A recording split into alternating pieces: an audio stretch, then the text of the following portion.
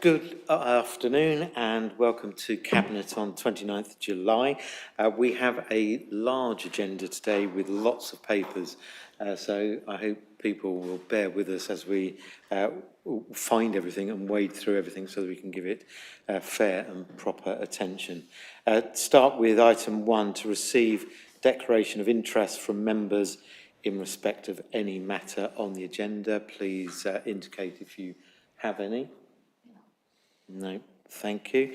And then second is to receive apologies for absence. We have an apology from Councillor Chris Hobbs, who is on annual leave, I believe, enjoying the Latitude Festival. Somebody has to. Next is item 3, to consider any items that the chairman agrees to take as urgent business. I have none. Which then moves us on to agenda item 4, which is the Budget Management 2023-24 Outturn Report. I'd like to welcome Councillor Gary Marsh, Councillor Richard Bates, who are attending today. And Councillor Marsh, do you have any comments? No, this is a pretty standard outturn report, so no. Thank you. So I will now go to Louise Duffield to introduce this item. Thank you, Leader. Yes, I'm pleased to bring this report to you before the start of the summer and in advance of our cycle of budget setting, which will start in earnest. You'll see that the overspend has reduced since the Q3 report, and I'd commend all the staff for how hard they work to continually drive savings. That said, it is a challenging environment that we operate in, but I hope the report is clear on those areas, and I'm happy to take any questions. Thank you. Shall I start by firstly going to Councillor Anne-Marie Cook, who's the portfolio holder, to introduce and recommend this item. Thank you, Leader.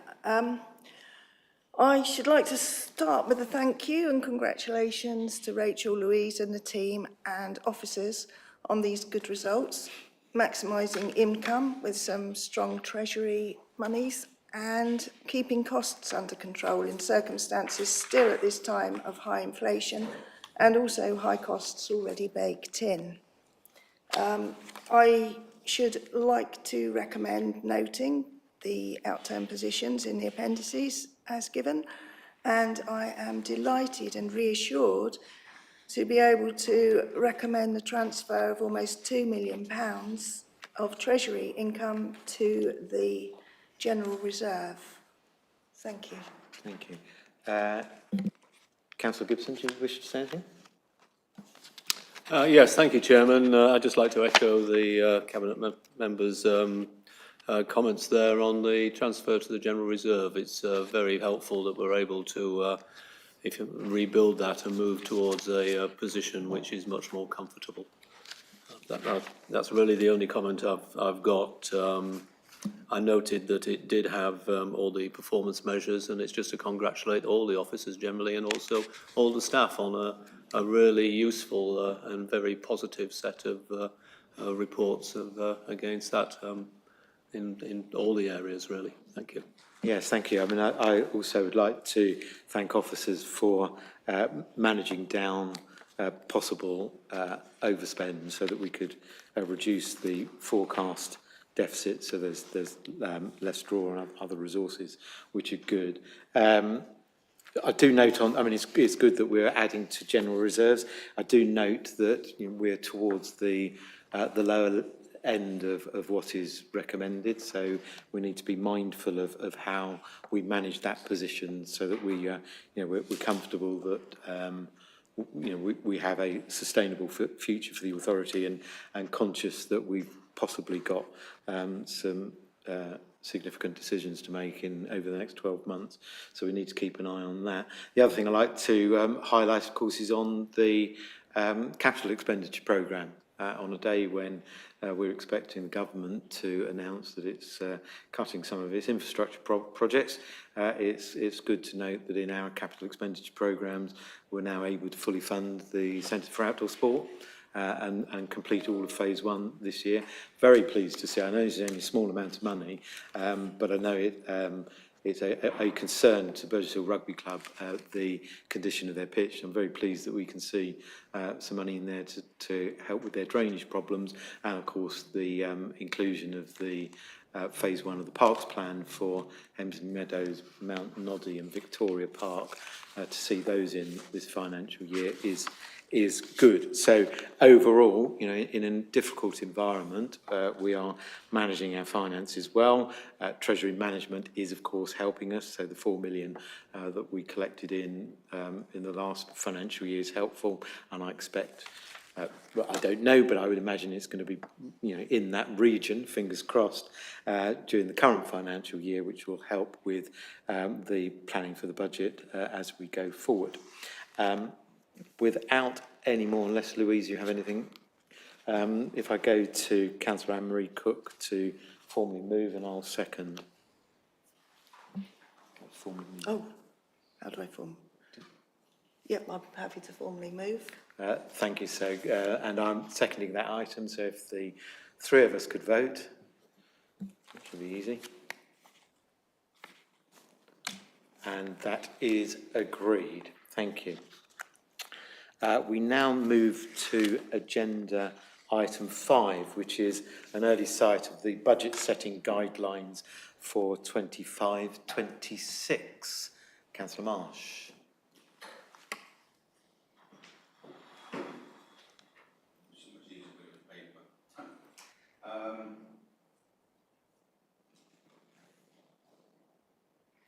No, but I think we have, you and I have discussed about expanding the budget workshop, you know, the budget process to not be exclusively from scrutiny committee, because I think last year, as good as they were, it did stifle the debate when it came to the actual budget setting from the scrutiny, a bit like the working group that Cabinet set up for Clare Hall.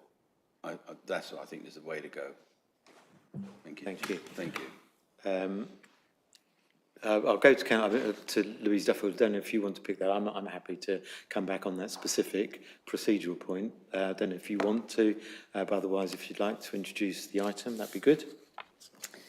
Yeah, so I think that this is a paper that the Cabinet receives every year, but we brought it forward to before the summer in light of there being a new government, just to give as much information as we know at this point. We know that the new government has said a lot of things about security and local government finance, which we would hugely welcome, but there isn't any detail at this stage. But this, I hope, gives a sense of the context in which we'll be setting that budget. It doesn't formally commit how working groups are formed, so I think that's a matter that can be progressed outside of here. Happy to take any questions. Thank you. So before I go to Councillor Anne-Marie Cook as the portfolio holder, I mean, yes, we did have that conversation, Councillor Marsh, and I take on board the comments, subject to whatever procedural rules we have to follow. I personally think it's better to have as broader input into budget setting, particularly as we're in a position of no overall control, than we did last time round, so that it's not necessarily the same people doing the working party and then coming through to scrutiny committee. So we'll work through the procedure of that, see what we come back with. Councillor Anne-Marie Cook to introduce and recommend the item. Thank you. I just want to say thank you for bringing this forward. I'm sure that will be very helpful. In the report, the national picture concerning inflation and interest rates and local government financial settlements are sensible. Although clearly there will be some uncertainties with the new government, we hope for better information and more advanced warning of what is going to happen. And I'm very happy to endorse these guidelines. Thank you. Thank you. Before I second, Councillor Gibson, anything? Yes, thank you, Chairman. Yes, I've got no comments on the process, really, in terms of the makeup of the working group. I certainly think that we do need to have a working group that carries on as last time. I mean, my concerns are all on the numbers. I've had the benefit of a first look from the county council. There was very little good news in that at all. Looking across this, then of course we've got this, the business rate reform. Inches ever closer, it seems, unless it gets pushed back further. There's no, at the moment, there's no guarantee on what the allowed tax-based growth will be, and that could put us into some difficult decisions. And of course, I think the Chancellor is standing up this afternoon and running a coach and horses through the local government settlement figures, which, if it doesn't impact directly, will impact elsewhere in the costs that we have to face in provision of services and all the rest of it. So I think that this is going to be a very demanding round indeed. Yes, I think we're going to need to be agile indeed, as it says in the report. Thank you. Thank you. So I think the position is, because it's happened before on the fair funding review and the reform of business rates, is that they just rolls over. So until someone makes a decision, it just gets pushed out by a further year, as happened in the past. And given that it's a new government with a clearly a different strategic policy agenda on local government, it's anyone's guess, I think, whether they will leave it as it is or come back with a different approach to business taxation. People talk about the reform of business rates as well as the fair funding review. So we'll have to see on that. Clearly, as it rolls, we're no further away from the cliff edge than we ever have been. What we do need to see from central government is for them to take the risk off the agenda completely, and I'm sure people in all parties will be pushing the government to make that decision. Likewise, we'll be pushing the government. It'd be nice if we could get a sight on multi-year settlements in the near future, but not clear whether the government's going to make that decision either. So likelihood is that they'll roll the pitch for another year on an annual settlement, which makes planning difficult. Louise Duffield has indicated that she wants to say something, so I'll stop and go to you now. No, just wanted to think it's important just to come back on that point, because I think that the business rates reform potentially is really significant for us. But I wouldn't want any of the vulnerable people who depend on our services or any of our staff to worry that there's anything looming, because I think in practical terms, the reality of doing something in this financial year is unlikely. And all of the indications, as we've said in the paper, are it's going to roll forward despite having other ambitions. But, Councillor Gibson is right. We do need to start thinking certainly in the medium term. Yeah, no, absolutely. And it's good that we get, we've had an early sight of the challenges and opportunities, I'm going to use the word opportunities, that face us, and that we can then get into the detail of the work of setting a balanced budget for the next financial year. So on that note, I'm happy to second the recommendation, and we can move straight to the vote.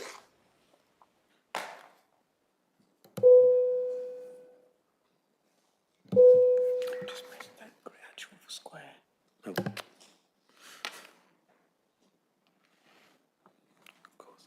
And that's carried, so thank you. Now that leads us on to agenda item 6, which is the procurement of payroll administration services. Councillor Marsh, do you have anything? Nothing. I'll go to Louise Duffield. I'm hoping that the report is self-explanatory. For quite a considerable time, we've used external expertise. We're a small district council and we don't want to have single points of failure for something that's large and complex like payroll. So this is just a standard procurement report to seek a new supplier. Thank you very much.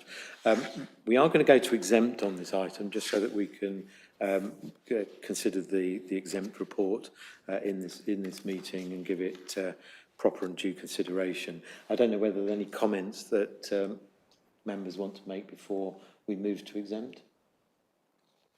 No, in which case we'll move on to agenda.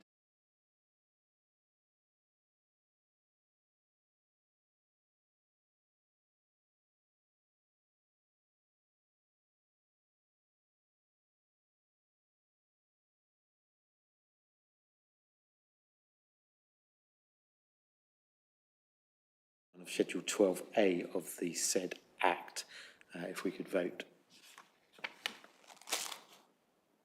And that is carried.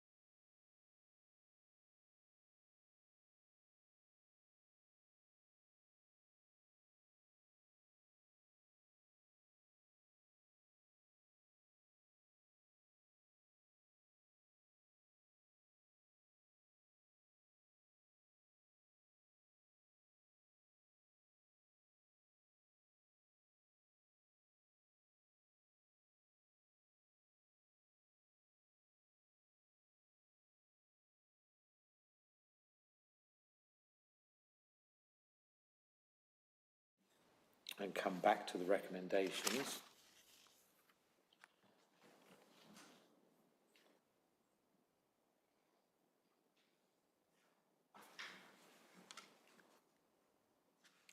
Shall I now recommend a second? Okay, you second. Yeah. Okay. So we can see.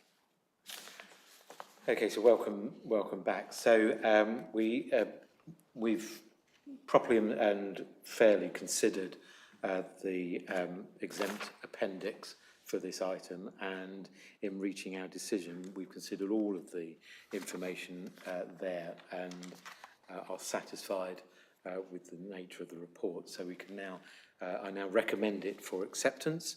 So if we go to the vote.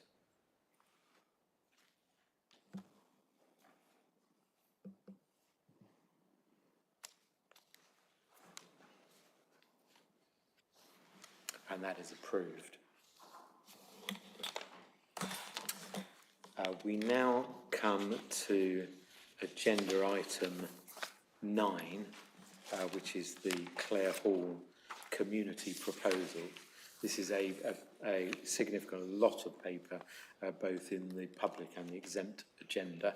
So do bear with us if we do a bit of rustling around looking for information. Councillor Marsh. Yeah, I will this time. This is essentially the exact same what came in front of the scrutiny committee just a short while ago, and though I wasn't on that scrutiny committee, I know that it had unanimous support for what's happened, and if I'd been on it, I would have voted for it as well. But I do like the idea that in the recommendations, that small 3, that you're going to continue the steering group, because I think that's the sensible, that had cross-party support within the working group for this to go ahead still. So, yeah, if I've been in your place, I'll be doing exactly the same. Thank you. Thank you. And I'll go to Louise Duffield. Yes, apologies, me again. So I hope that the report, which as you say is extensive and detailed, does speak for itself. We engaged with the community in the summer of last year on the proposals to redevelop the site, and this cabinet asked that before proceeding with that, we engage with the community to see if there were viable community proposals. We spent several months undertaking a detailed and independent piece of work to do that. We were then hit by a bit of double purdah, and now we're here with the findings of that independent technical panel. So as I say, I do think that the report is extensive and detailed, but I'm very happy to take any questions and note, as Councillor Marsh has said, it's what went before scrutiny and was unanimously endorsed. Thank you, Louise. So I'm going to propose this item. A few things. Firstly, Councillor Chris Hobbs can't be with us, but he's submitted some comments to me in writing, which I'll read out so that we got his views on the record. And he says, "I'm sorry not to be able to attend this cabinet as a result of my holiday booked sometime before the meeting. The subject of Clare Hall is clearly a difficult one and has understandably provoked much passion in our community. Getting the policy right is not only important for today's residents, but also for future generations. It is clear from the evidence that the council has gathered and had checked that the solution is simply not to renovate, but to start again. The crux of the problem is not just money. As a council, we have many pressing funding priorities and operate against a background of tight financial settlements, which inevitably means we have to make difficult decisions. But in addition, in considering the future of Clare Hall, we want to give ourselves the opportunity to create something that will last for the next 50 years at least. Sadly, the current building can't do that. On the day in 2023, when I went to Clare Hall for my booster jab, there was an electrical failure. Buckets were catching the rain from the leaking roof and the boiler was being temperamental. Repair costs for the building before any adaptations and modernisation comes to nearly £3 million. We'd be letting the residents of Mid Sussex down if all we offered them was second, third or fourth best. Sadly, we can't bring Clare Hall back to an operational standard, which is why we proposed a brand new Clare Hall funded through a mixed-use development of the site. But we were willing to see if others from the community could offer a different way forward and paused our work to allow for community proposals to be considered. The community proposals were thoroughly explored and discussed with an independent panel of industry experts who worked under their own direction and without our input. They concluded that there was no viable community-led solution. But I do want to thank members of the community for their passion and enthusiasm and hope we can harness that as we go forward. For me, we now have only one solution: a new Clare Hall funded through the value of the land in a mixed-use development. It should be run under a trustee model with community involvement and a cultural anchor at its heart, and modern community space that can cater for the mix of groups that operate in Haywards Heath today and will do so in the future. And I echo what Councillor Hobbs has written. And, you know, and it's fair to say that community groups had a legitimate interest in being properly heard and having their alternative proposals considered. And we afforded them, and especially Save Clare Hall, time and space to submit proposals and for these to be independently tested. And that's what happened. Cabinet and officers didn't influence this process, and the independent panel considered the proposals on their merits. The panel was not swayed by any other considerations, and everyone got a fair hearing. Personally, I would have been delighted if a community proposal had come forward with a solution for Clare Hall that was viable and sustainable. And I fully understand how disappointed some groups might be that their proposals failed that test. Rejection is never easy, but the panel's conclusions were unequivocal, and we have to accept what they have said, hard as I know that is for some people. Therefore, we then have to look at what we do in the future, and we're working forward on the basis that we can extract value from that land to deliver a cultural facility on that site alongside other uses as well. And that will be our next step that we will take. And we will continue to work on that basis to come forward and come back to this council with a proposal that meets the standards that we are setting for ourselves and the standards that we imagine that the community is setting for us. I'd now like to go to other members of the Cabinet to see if they have anything they wish to add. Councillor Anne-Marie Cook. Thank you. I agree with what has already been said, and I apologise that some in my report might be a little bit repetitive of what's already been said, but I hope to bring a little more detail and clarification as the Cabinet Member for Clare Hall. To go back to last year, officers brought a report to Cabinet in September that the Clare Hall site should be regenerated by way of a mixed-use development to provide new cultural and community facility funded through the land value. This was approved in principle, but Cabinet asked for a pause to establish whether a viable solution from the community was achievable instead. We are now at the conclusion of this effort, and we have the report from the independent technical panel created to assess these proposals. Also now with the recommendations of the Scrutiny Committee, who considered this and reported on 18th July for our decision on the way forward from here today. I should like to thank the many people from inside and outside of the Council who have enabled us to reach this position. The community and other groups who prepared reports of their proposals and presented them to the independent technical panel. The members of the technical panel.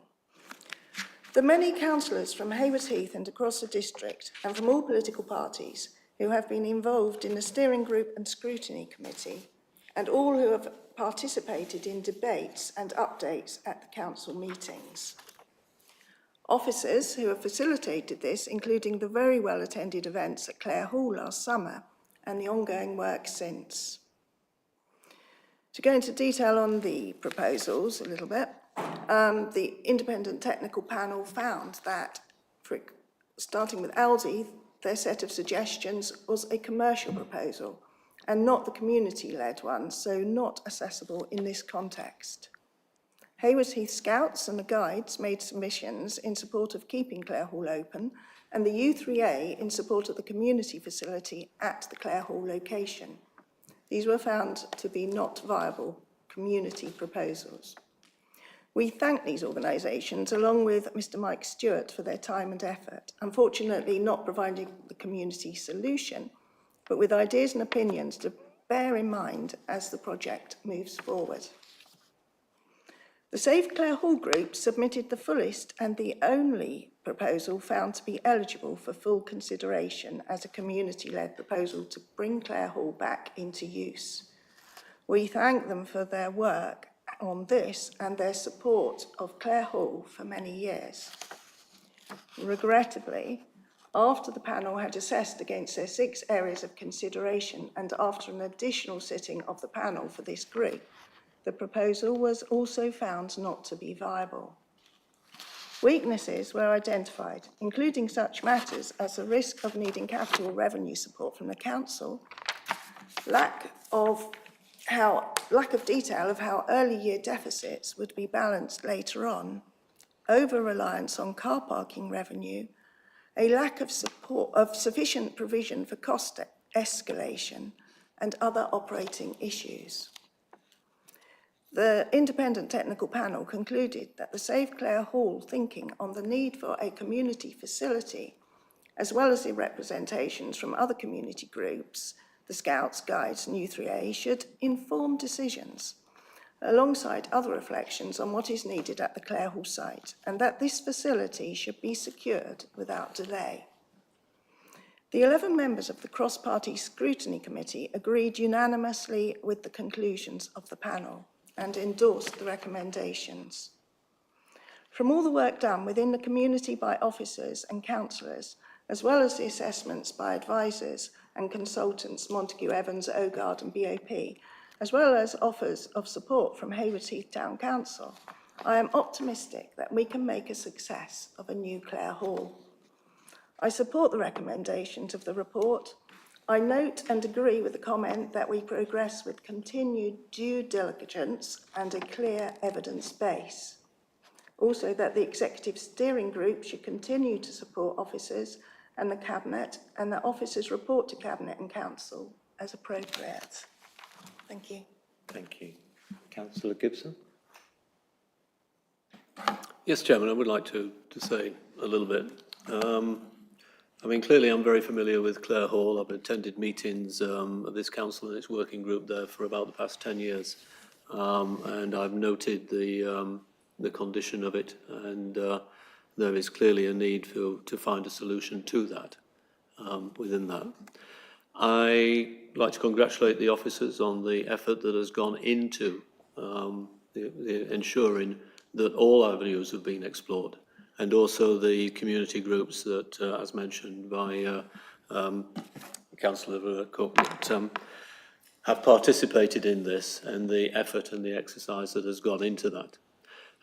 As a parish councillor and a town councillor, I'm very aware of the problems that these assets can create in terms of the maintenance bills that goes with them. And I'm pleased to see a solution emerging here, and it still, I think, has to emerge finally, which that it will be a proper regime will be set in place. And I say that mindful of the regime which supports the Chequer Mead in East Grinstead. So it's taken a long time, but I think that all avenues have been explored.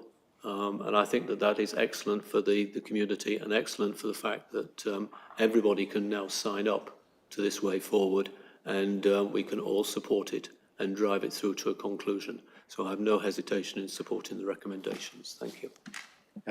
Thank you, Councillor Gibson. We have got an agenda item to take this to the exempt session, so that we can consider the 200 pages of the exempt appendices, which I propose that we do. But before we do, just to stress that our commitment is to providing a modern alternative venue.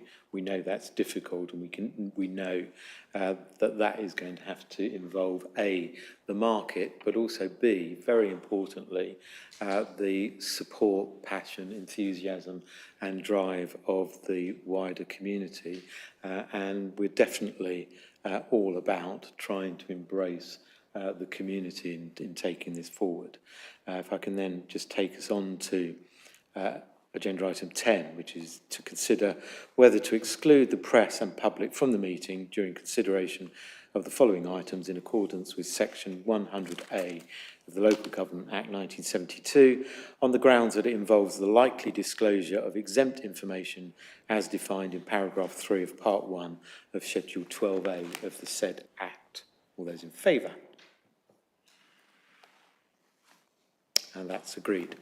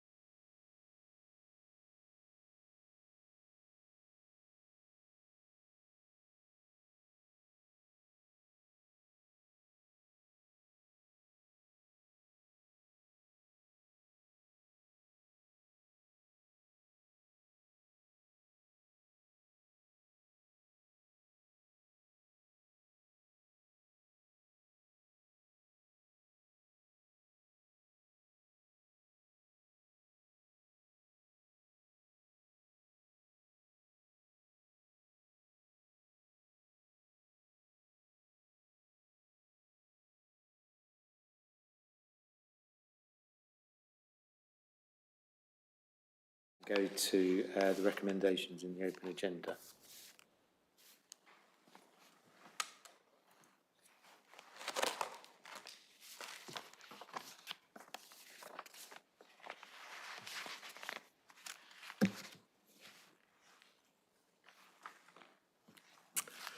Thank you and welcome back.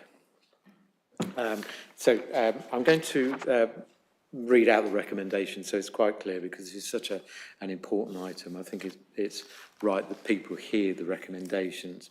I'd also like to acknowledge that as a Cabinet, we received email representations in respect of the papers, which have also been factored into our deliberations.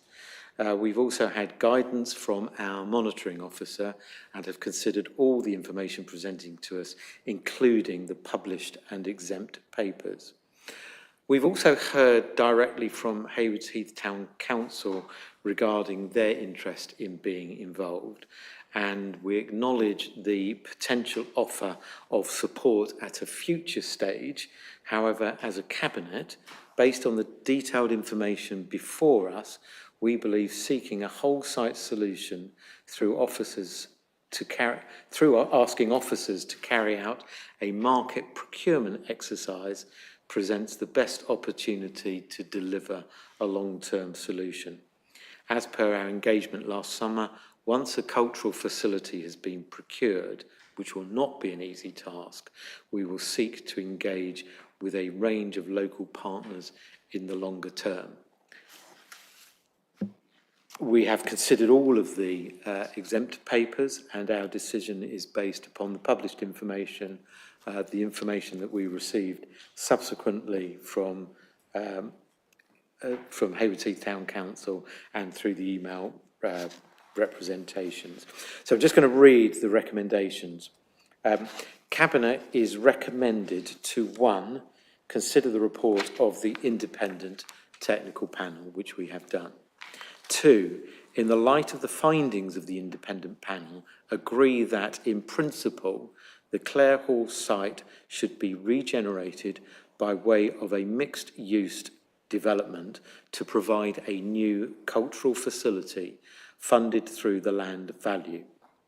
This agreement is subject to further due diligence and a clear evidence base. And 3, that the politically balanced executive steering group already established continue to support officers and the Cabinet in the development of this project, and that officers report to Cabinet and Council as appropriate. Officers report to Cabinet and Council as appropriate. That doesn't appear there are too many appropriates in that. I think you get the gist. I think it'd be fair to acknowledge that the executive steering group oversaw the work of the independent panel, but also didn't influence or interfere in that work. And I emphasise again, so that there's no doubt, that what we are looking to do as per recommendation 2 is to regenerate this site to provide a mixed-use development to provide a new cultural facility. On that basis, I recommend, I'm looking for Councillor Anne-Marie Cook to second. I'm delighted to second that. Thank you. We'll now move to the vote.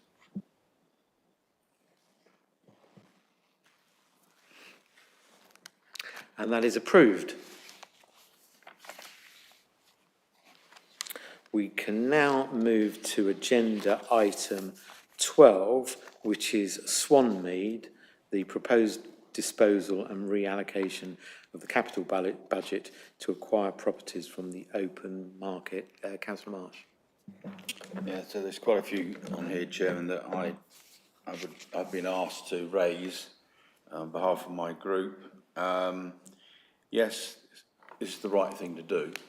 It's got to be done because this has been hanging around for a good few years. I can't say I totally agree with the recommendations, and I'll explain why in a minute. But I need to just row back a little bit. Blackwell Hollow down in East Grinstead, we have Mid Sussex own that site, and this is what leads me to believe on the recommendations.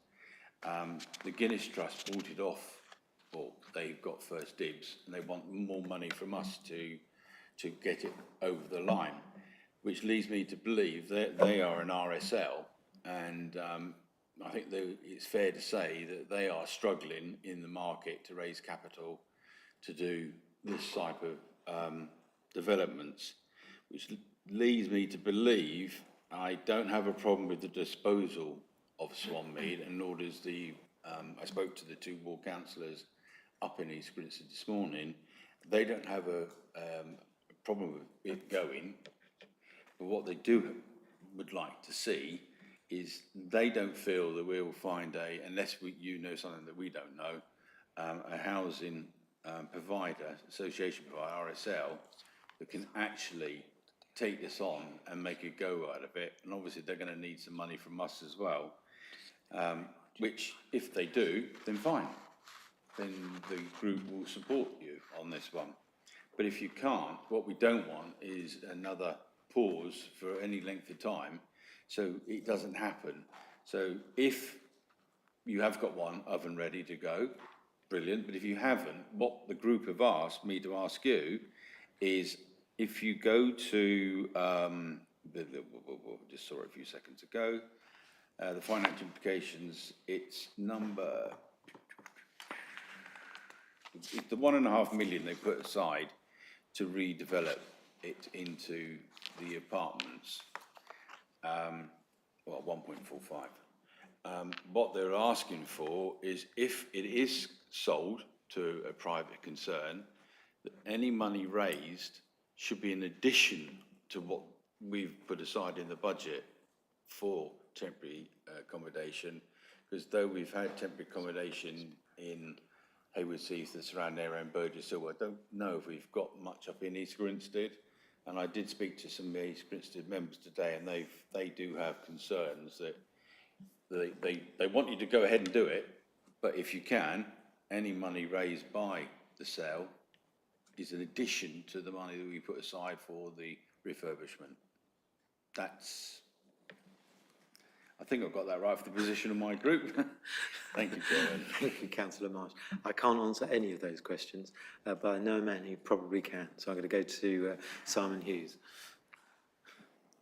Thank you. Yes. As you'd expect, we've worked on our own due diligence in terms of what the market is prepared to do and who's available. And we've progressed discussions with a registered provider who's particularly interested.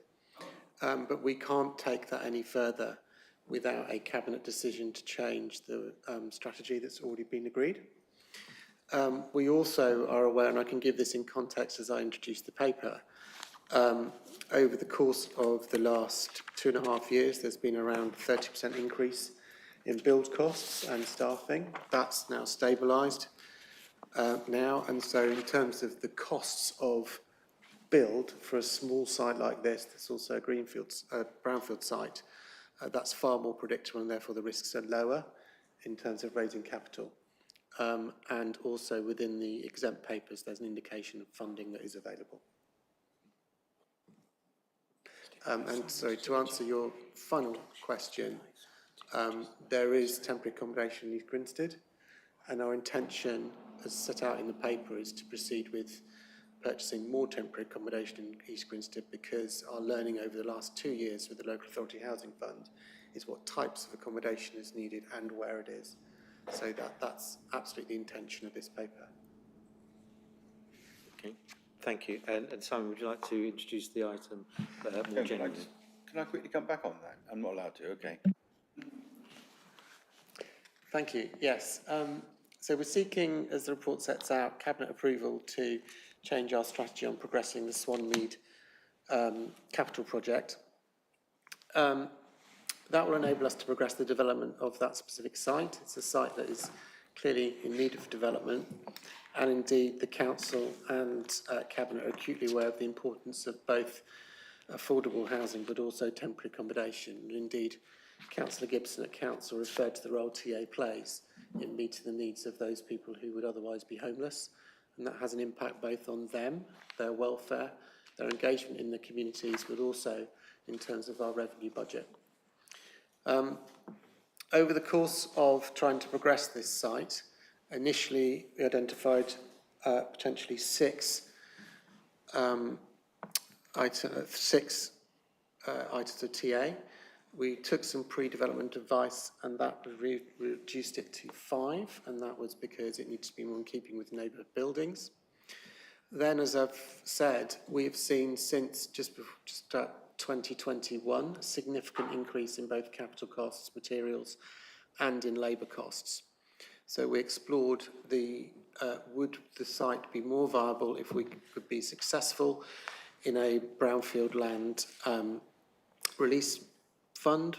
This site wasn't a priority for that, so we couldn't proceed with that in order to bridge some of that gap and enable us to meet those significantly increased costs that don't just refer to this site, but as you'll be aware, refer to a whole host of capital projects across the district and indeed the country. So what we have done is look at, is there another way to approach the use of this capital that can have a significant impact both on our revenue but also meet those dual priorities of affordable housing and TA.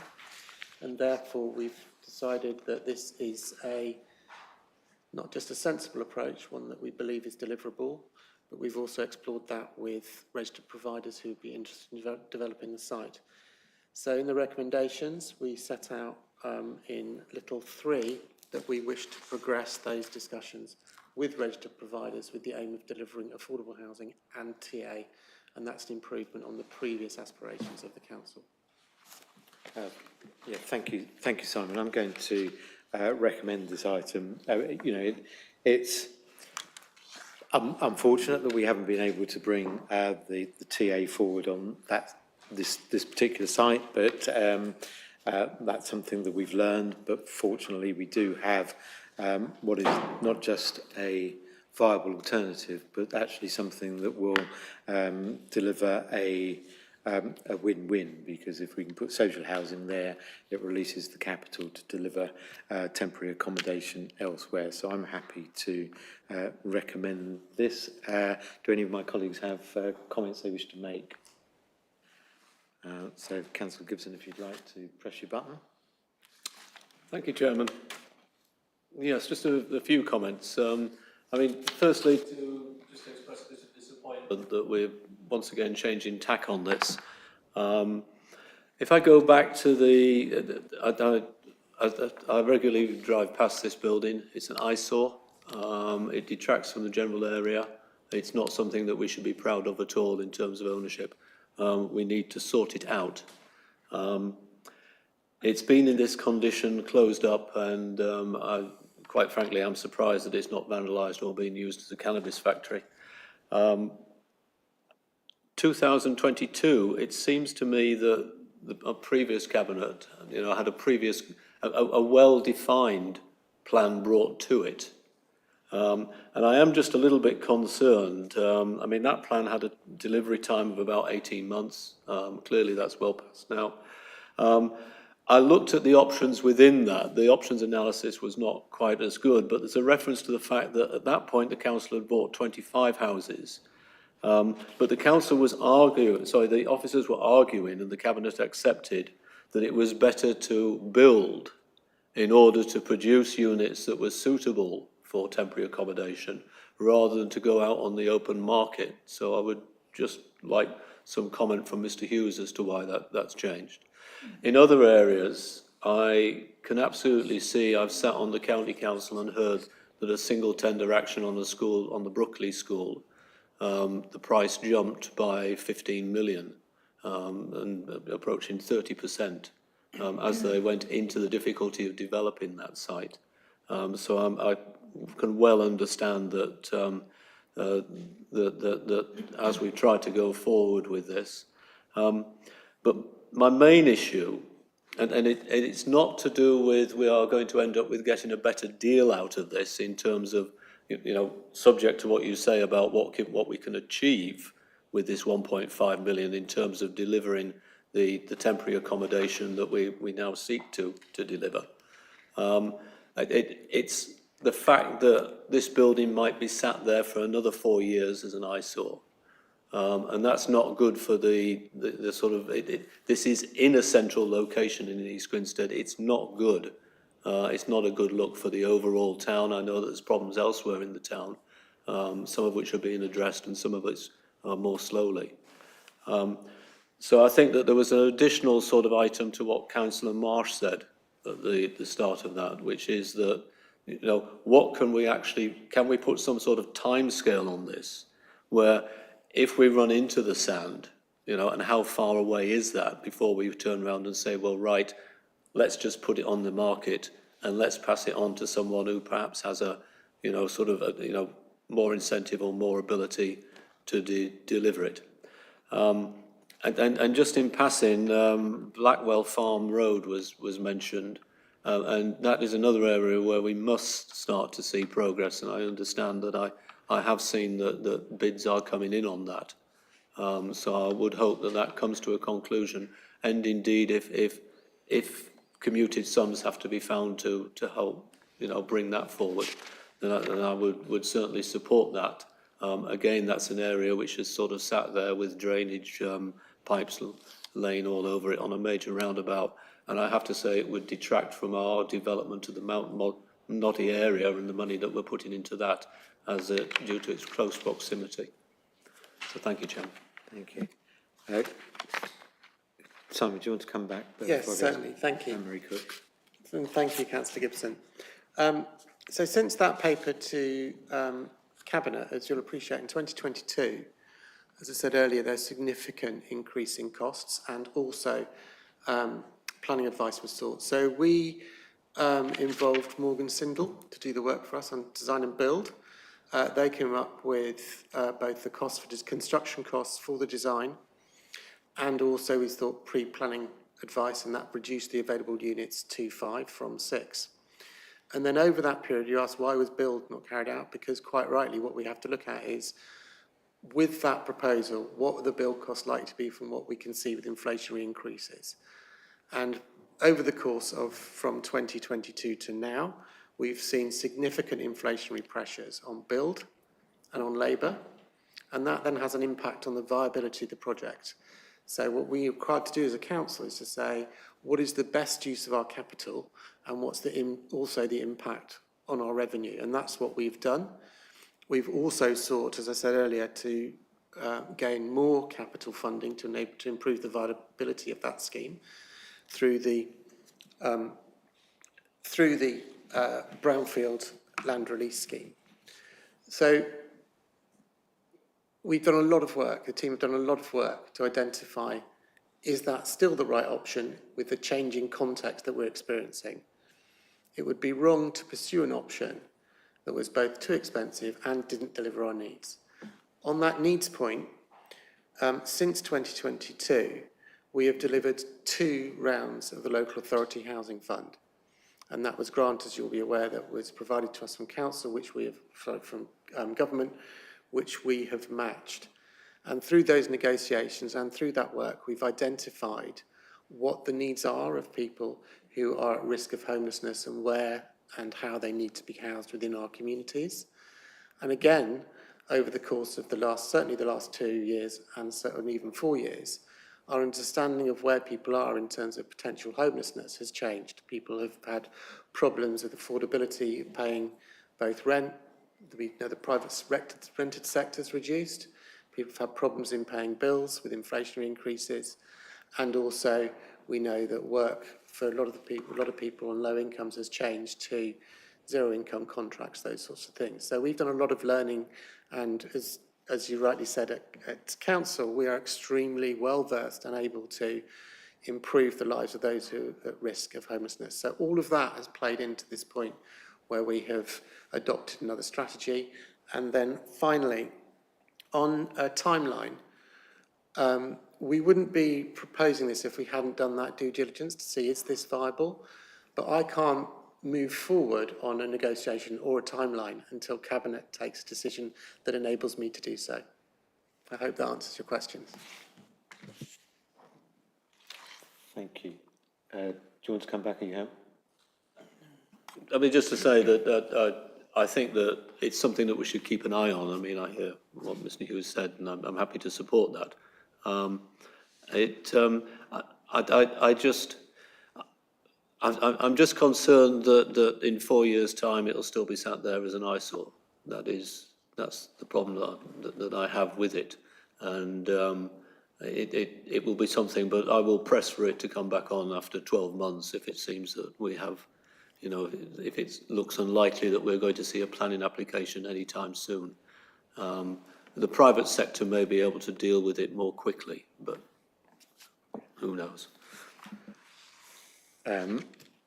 Just before I go to Councillor Anne-Marie Cook, I mean, we can't, none of us can predict the future, but we know that that we have an option on the table which is to move this site to the social housing sector, release funds to acquire temporary accommodation. Sure, you could always look at a sale of the land to the private sector, but that gives you no guarantee that the redevelopment will come forward any time soon either. In fact, there's quite likely that the private sector might sit on the land in order to increase its value. So with that, you know, you're definitely stepping into the unknown, clearly, and definitely stepping into the unknown. At least we have a strategy here which we can pursue, and I'm sure when we go into exempt, we'll be able to uncover more about, you know, the negotiations with a social housing provider to give you the comfort that you're seeking. Councillor Anne-Marie Cook, do you have anything? I'll just say that I agree it's regrettable that we haven't been able to redevelop the site for temporary accommodation, and clearly we've seen and heard that officers have tried. I do agree that this is a way forward that delivers social housing and releases the money to buy temporary accommodation in the East Grinstead area, I believe. Thank you. Thank you. So on that point, we will now go to the exempt items, so agenda item 13, to consider whether to exclude the press and public from the meeting during consideration of the following items in accordance with section 100A of the Local Government Act 1972 on the grounds that it involves the likely disclosure of exempt information as defined in paragraph 3 of part 1 of schedule 12A of the said act. All those in favour? And that's carried.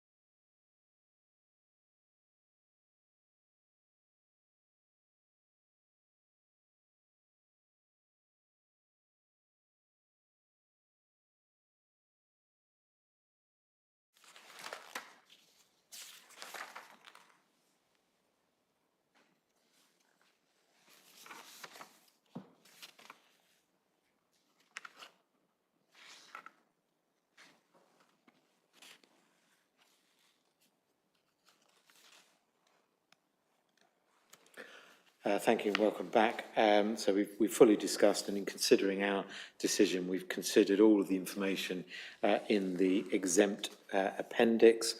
So I'd now like to move to the recommendations on the Swan Mead item. So if you could all vote on our buttons. And that is carried. Thank you very much indeed. And that brings us to the end of the meeting. Thank you very much for your kind attendance, and to the officers for their support, and to Councillor Marsh for his questions. Thank you. Thank you.